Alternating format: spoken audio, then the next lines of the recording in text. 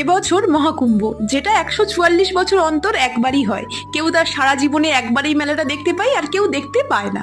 তো বাড়ির এতটা দূরে আমার তো যাওয়া একা সম্ভব না, ওই জন্য বাড়ির কাছেরই একটা গঙ্গায় স্নান করে সেই ইচ্ছের কিছুটা পূরণ করলাম বলতে পারো। তো আজকে ছিল আমাদের বাড়ির বাউনি পুজো, তো সেইগুলোরই যোগাড়যন্ত্র করতে বসে গেছি। এখানে মা এগুলো সব রেডি করে দিয়েছে, আর এখানে ভাড়াল পাতাটাও হয়ে গেছে। এটা হলো বাড়ির ভাড়াল, যেটা 1 বছর আমাদের বাড়িতে রাখতে হয়, এটাই হলো আমাদের বাড়ির নিয়ম। এটা বাড়িতে থাকলে সবকিছু খাবার দাবার অটুট থাকে, এটাই কথিত আছে। আর এখানে তারপরে লক্ষ্মী পাতা হয়ে গিয়েছে, এটা আজকে এক ধরনের লক্ষ্মী পুজোও বলতে পারো।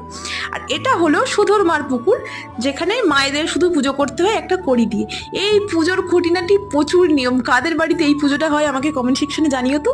তারপরে বসে গেছি পিঠে করতে। এই পুজোর আরও একটা স্পেশালিটি হলো এই পিঠেটা না করলে এই পুজোটা ইনকমপ্লিট থেকে যায়। এই পিঠেটা ঠাকুরকে খেতে দিতেই হবে ওই দিন। তারপরে শুরু করে দিয়েছিলাম সরু চাকলি করতে। এবছর আমাদের